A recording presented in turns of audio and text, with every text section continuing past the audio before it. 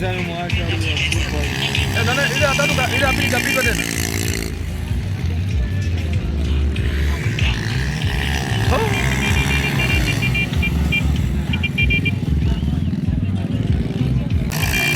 Hawa bado hajaachana. Bado.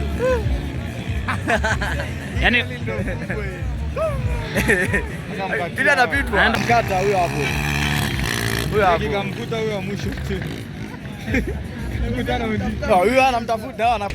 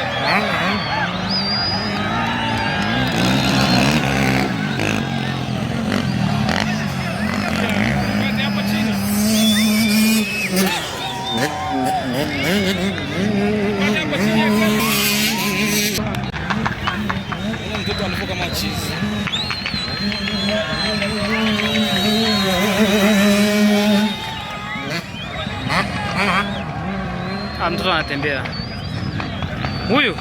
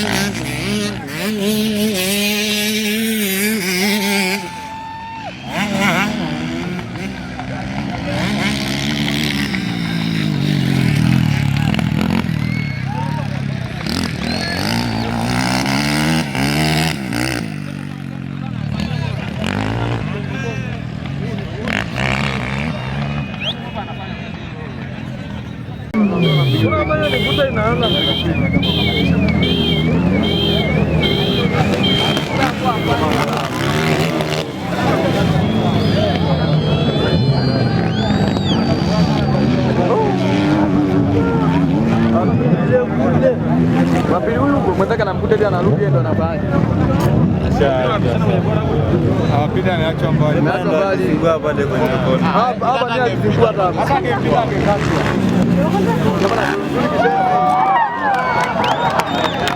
Ana anatoka akijeni lakini ndio jamaa angepata ile ya kwanza.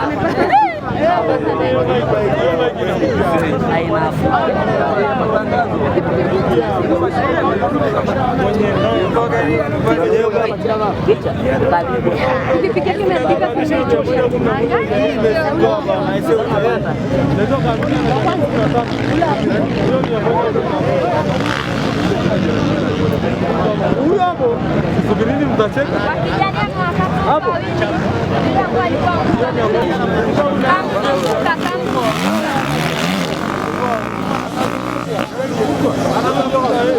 Namba moja kiuno.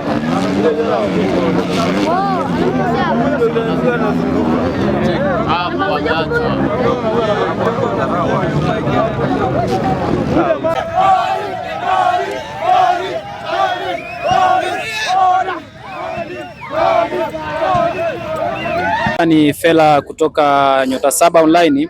Tuko na mmoja wa wasimamizi katika michuano hii hapa ya pikipiki kubwa na hizi bike ndogo ambazo kwa nashindana leo. Hebu ngoja tupate story kidogo na yeye. Mkuu, habari yako? Salama, tunamshukuru Mungu. Mnaendeleaje? Tunaendelea vizuri, mashindano yamefanyika vizuri. Mashindano yalikuwa yanahusisha nini na nini? Watu kidogo wapate 1 2 3, maana tumeona kuna vitu vingi vimeshindanishwa leo. Mashindano ilikuwa ni mashindano sio makubwa, ni madogo ya vijana kujiweka vizuri. Yani kulikuwa na pikipiki ndogo, pikipiki kubwa, pikipiki bodaboda pamoja na zile expert, lakini nashukuru Mungu yameenda vizuri, na hivi sio punde tutawapa zawadi wale ambao wameshinda, lakini kikubwa kabisa wamemaliza salama na mashindano yetu ya hapa Arusha. Lakini Mount Meru Motor Sport Club ambayo ya ndugu za kwetu Arusha hapa wameandaa sunrise hii kwa ajili ya nini? Kuwaweka vijana wakae vizuri katika mashindano. Kwa hiyo yalikuwa na wadhamini haya. Wadhamini walikuwepo kama unavyoona lile bango, wadhamini walikuwepo kwa ajili ya kuwawezesha vijana. Ilikuwa sio wengi, lakini wadhamini walikuwepo kwa ajili ya kuhakikisha kwamba hili jambo linaenda. Na je, kwenye mashindano ya bike ndogo na pikipiki kubwa zawadi zinakuwa zinalingana au kuna utofauti? Zawadi zinatofautiana. Washindi wanatofautiana zawadi. Kwa mfano, pikipiki kubwa kuna zawadi zake, kuna pikipiki ndogo kuna zawadi zake, kama mtakapokuja kuziona hapa punde zitakapokuja kutolewa. Okay. Nashukuru. Leo tumeshuhudia mashindano mazuri ya pikipiki ya bike ndogo na bike kubwa. Je, unaweza kutuambia kwamba uko ni mshindani wa pikipiki zipi? Na pia tuomba jina lako. Naitwa James Ayo, mshindani wa bodaboda. Mshindani wa bodaboda. Mshindani wa bodaboda. Wewe ulikuwa ni mshindani ngapi katika mashindano haya? Mshindani wa pili. Na katika mashindano haya hapa unachukuliaje mashindano haya, jinsi uandaaji unapoandaliwa mpaka hitimisho linapofika mwisho? Uandaaji sio mbaya sana. Wameandaa vizuri. Maana sisi kama tu kufurahi. Maana yake ilikuwa haina tuzo maalum. Na tuzo tu, maana imeibuka hapo na namba 2. Kwa hiyo lakini kwenye mpunga vipi? Kwenye mpunga hii ilikuwa haina. Lakini ni kwamba ni ili tu watu wasipoe sana. Elewa, tunapewa tu makombe lakini mpunga hamna.